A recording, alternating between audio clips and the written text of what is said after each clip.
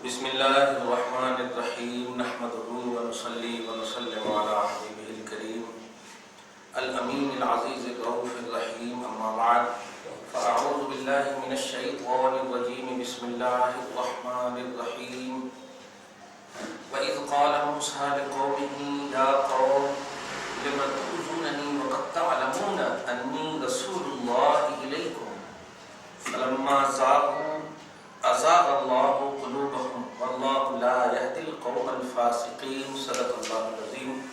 الصلاة والسلام عليك وعلى آلك وأصحابك وأهل بيتك يا رسول الله صلی اللہ تعالی علیہ وسلم۔ سورہ صف آیت نمبر 4 تک کا درس ہوا ہے، آیت نمبر 5 سے 10 ہے۔ میں نے اس سے پہلے بھی کہا جہاں کہیں بھی وَإِذْ کا لفظ آتا ہے قرآن میں، وَإِذْ جیسے وَإِذْ قَالَ وَإِذْ فَرَقْنَا وَإِذْ بہت بربا حمزہ زال زیر اِذْ وَإِذْ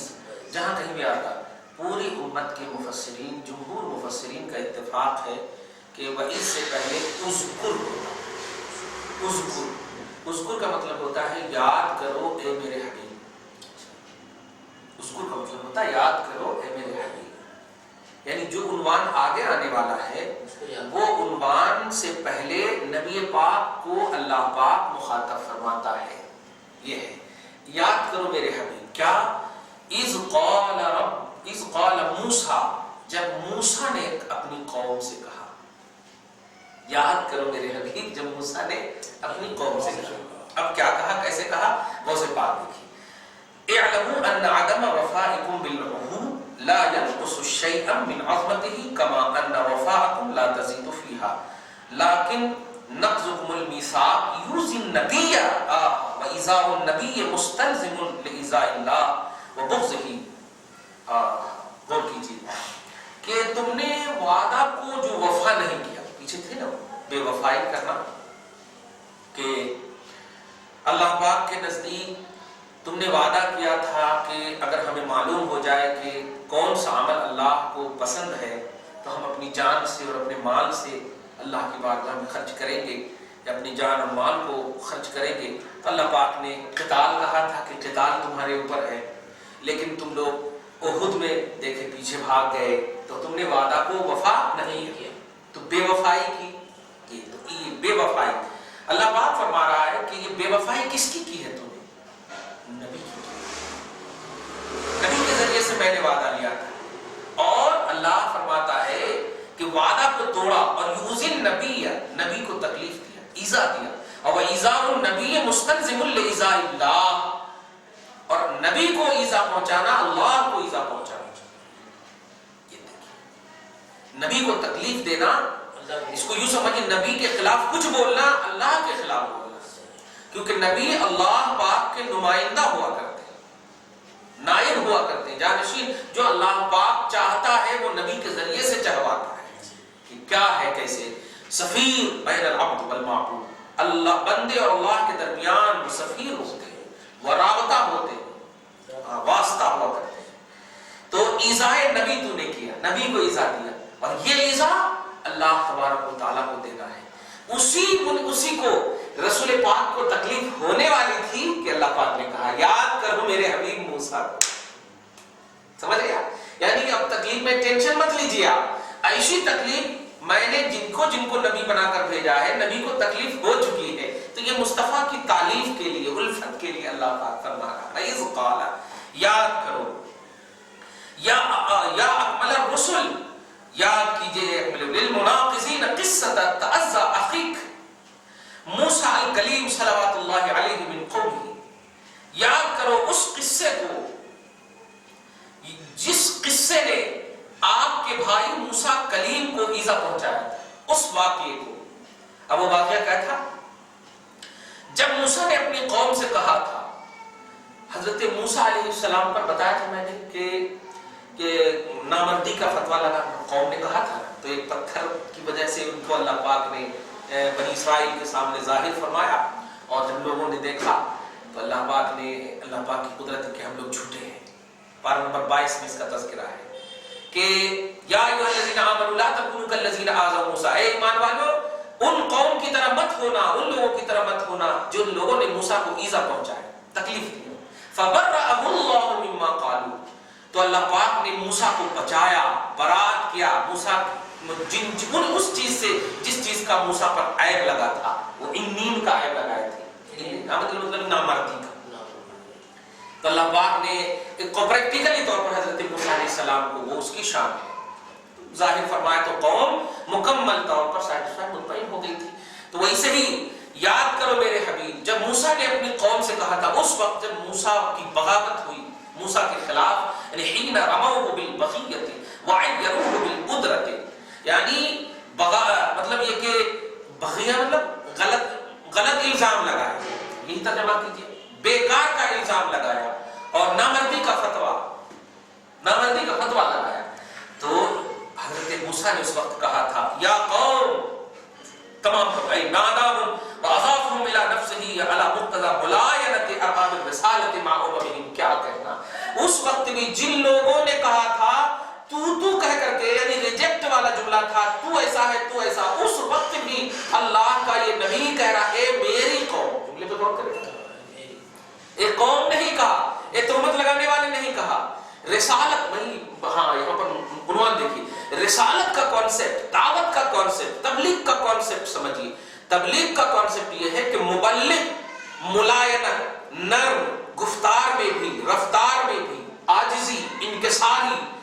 تمام تر پرسنل اٹیک ہونے کے باوجود وہ دامن نہ چھوٹے مبلغین سے، سمجھ رہے ہیں آپ؟ نہ یہ کہ آپ تبلیغ کر رہے ہیں اور کسی نے آپ کے خلاف بول دیا تو پھر آپ بالکل اپنا دفاع کرنا شروع کر دیجئے، نہیں۔ یہاں پر دیکھیے قوم نے اتنے بڑی تہمت لگانے کے باوجود حضرت موسیٰ کہہ رہے یا قومی، اے میری قوم، اے میری قوم، ابھی بھی کہہ رہے میری، جب جس نے مطلب جھٹلا دیا، جھٹلانے والے کا مطلب جس نے ٹھکرا دیا، اس کو بھی ابھی بھی کہہ رہے یہ میری، کیوں؟ نبی جو ہوتا ہے وہ خدا کی مشیت کے تحت ہوتا ہے، قوم کیا کر رہی ہے اس کو نہیں دیکھتا۔ اگر قوم تکلیف بھی دے رہی ہے اور اللہ راضی ہے تو پھر نبی جو ہے مطمئن رہتا، کیونکہ اللہ کے تحت، اللہ تبارک و تعالیٰ کی حکم کے تحت وہ رہتا، اور اللہ جو کہتا بس وہی کرتا۔ قوم کیا کر رہی ہے؟ نہیں، ابھی بھی کہا یا قوم، ندا کیا انہیں، اور میری طرف جو نسبت کیا ہے، اضافہم الی نفسہ، یعنی خود کی طرف جو نسبت کیا، علی مقتضی، غوث کہتے ہیں علی مقتضی ملائنۃ ارباب الرسالۃ مع اممہم، کہ رسالت کا ارباب رسالت اپنی امتوں کے ساتھ اسی نرم گفتاری سے پیش آئے، یہی ان کی شان ہے۔ واہ، کیا کہا؟ لِمَ تُؤْذُونَنِی، کیوں مجھے تکلیف دیتی ہو؟ قوم نے، موسیٰ نے قوم کو کہا کیوں مجھے تکلیف دیتی ہو؟ کیسی تکلیف؟ بِأَمْثَالِ هَٰذِهِ الْمُفْتَرَيَاتِ الْبَاطِلَةِ الْبَعِيدَةِ بِمَرَاحِلَ عَنِ الصِّدْقِ، ایسی جھوٹی جھوٹی باتیں میری طرف کیوں منسوخ کر رہے ہو جس کا مطلب سچائی سے دور کا بھی واسطہ نہیں، دور کا بھی واسطہ نہیں۔ والحال، حقیقت یہ ہے کہ انکم قد تعلمون یقینا بما جئت لکم من المعجزات الساطعہ الدالہ علی صدقی فی دعوائی، یعنی حقیقت یہ ہے کہ تم مکمل طور پر، یقینی طور پر جانتی ہو، تمہیں علم ہے ان چیزوں کا جو میں تمہارے لیے لے کر آیا ہوں، یعنی معجزات تم ہر طرح سے دیکھ چکے ہو، جادوگری وغیرہ کا مسئلہ دیکھ چکے ہو، اسلحہ بنانے کا مسئلہ دیکھ چکے، سب کچھ دیکھ چکے، معجزات ساطعہ جو میری سچائی، میرے دعویٰ کی سچائی پر بالکل دلیل ہے، تم دیکھ چکے، پھر بھی تم مجھے جھٹلا رہے ہو، کیوں جھٹلا رہی ہو؟ اب کیا جھٹلا رہی ہو؟ انی رسول اللہ، سنو، میں نے یہ کہا کہ میں اللہ کا رسول ہوں، ای مرسل من عنہ بمقتضی وحیہ، میں اللہ کی وحی کے مقتضی کے مطابق اللہ کے پاس سے بھیجا ہوا، میں آیا نہیں ہوں، مجھے بھیجا گیا، میں تمہاری وجہ سے نہیں ہوں، خدا کی وجہ سے، اور تم خدا کو اگر پوچھتے ہو تو میں خدائی دعوت، مطلب خدا کا پہلو دے رہا ہوں نا، خدا کا پیغام دے رہا ہوں، میں تم سب تک رسول ہوں، لِإِرْشَادِكُمْ إِلَىٰ سَبِيلِ الْهِدَایَۃِ، میں تمہیں رہبری کرنے آیا ہوں ہدایت کے راستے کی، الْمُوصِلَ إِلَىٰ مَعْرِفَةِ الْحَقِّ، وہ ہدایت کا راستہ یا وہ ہدایت جو حق کی معرفت کو پتہ بتاتا، وَتَوْحِيدِهِ، اور جو حق کی توحید کا پتہ بتاتا، وَمُقْتَضَىٰ عِلْمِكُمْ أَلَّا تُؤْذُونَنِی، اور جب تم جانتے ہو یا ایک قوم جانتی ہو تو تمہارے جاننے کا تقاضا یہ ہے کہ مجھے تم تکلیف نہ دو، فَلِمَ تُؤْذُونَنِی، پھر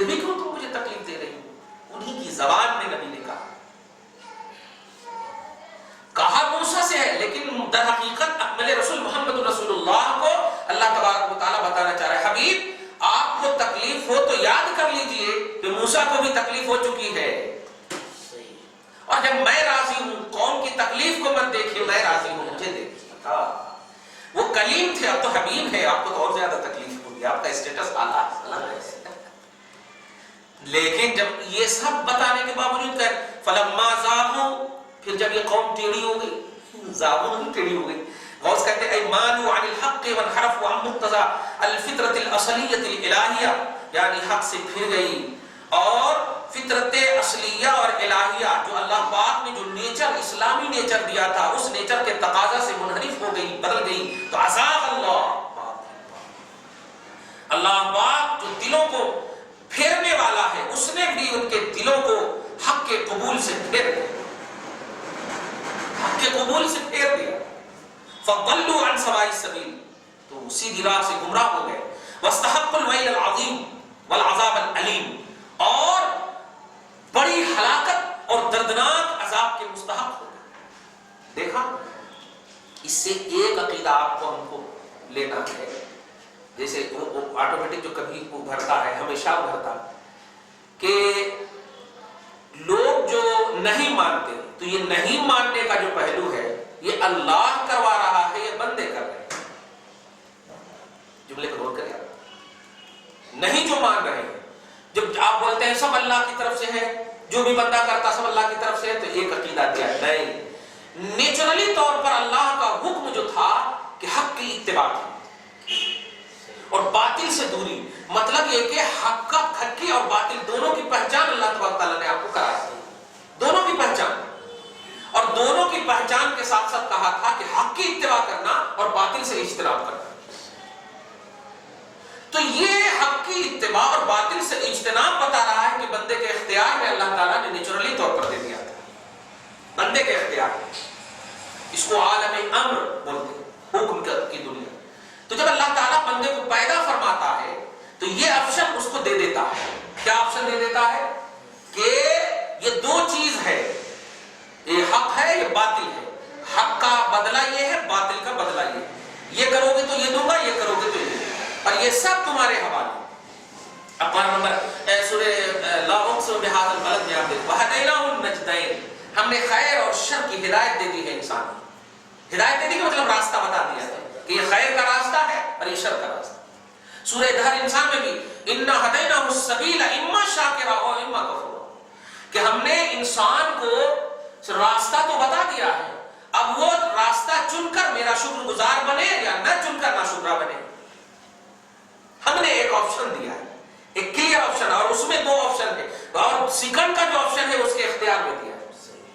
مرکزی پہلو ہم نے دیا ہے کہ یہ راستہ ہے، اب اس راستے میں دو پہلو ہیں، یہ چوائس کرو یا یہ چوائس کرو، یہ تمہارے اختیار میں۔ تو بندے نہ مکمل مختار ہیں اور نہ مکمل مجبور ہیں، یہ سب سے امپورٹنٹ چیز۔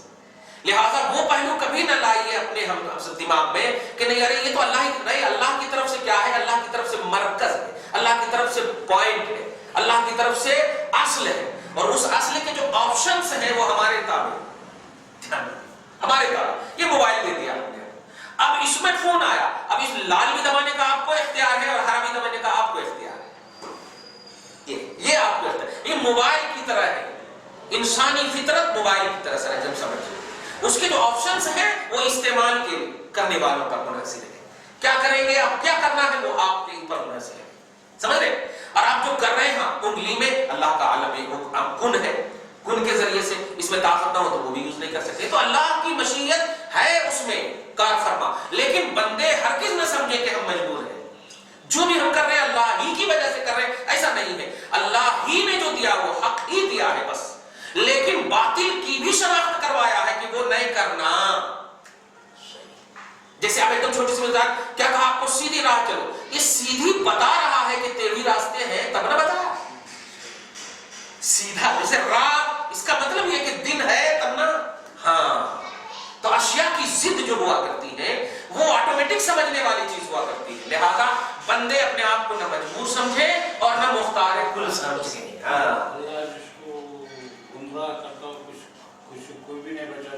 ہاں یہ اچھی بات، یہی بولنے والا تھا، ماشاءاللہ، چلیے دن کا اچھا۔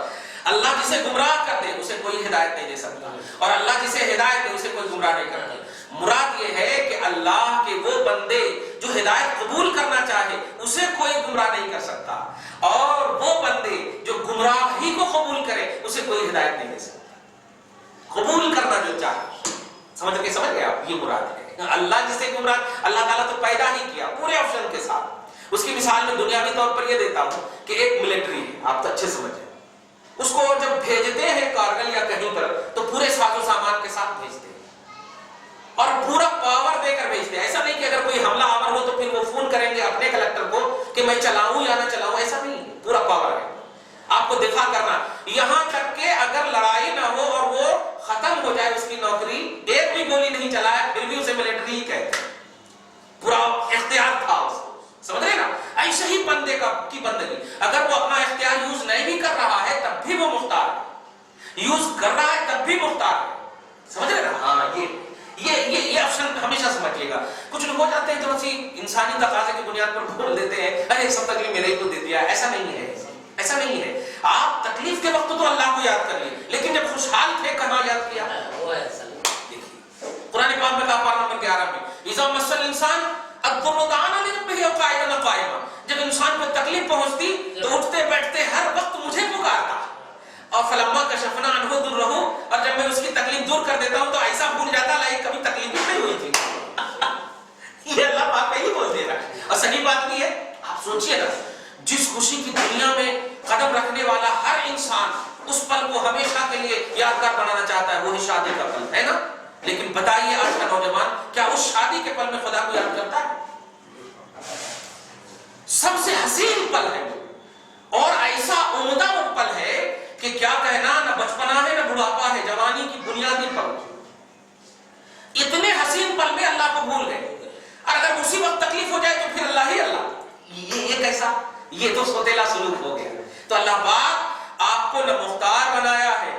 کہ تو مجھے بھول گیا تو میں تجھے کچھ نہیں دوں گا، ایسا نہیں ہے، اور نہ مجبور بنایا ہے کہ تجھے بھول بھی نہیں سکتا، پورا بیچ بیچ میں کبھی اگر غفلت میں ہو تو کبھی تکلیف دے دوں گا، اور کبھی اگر مطلب میری بارگاہ میں جھکے ہوئے ہو تو سکون دوں گا، دیکھیے طمانینت قلب دوں گا۔ واہ! تو فلما زاغوا سے یہ عقیدہ ملا کہ نہ بندہ مختار ہے مکمل اور نہ بندہ مجبور ہے۔ جب بندے نے یعنی حضرت موسیٰ نے اتمام حجت کر دیا کہ میں اللہ کا رسول ہوں، میں معجزہ بھی دکھا چکا ہوں، سب کچھ دکھا چکا ہوں، جو جو تیرے مطالبات تھے سب بتا دیا، پھر بھی تم نہیں مانے تو یہ تیری غلطی ہے، میری غلطی نہیں، یہ ڈگری ہے۔ تو وہ بندے کے اختیار میں تھا، ماننا بندے کے اختیار میں تھا، نہیں مانے، تو ہدایت بندے کے اختیار میں نہیں مانے، اس میں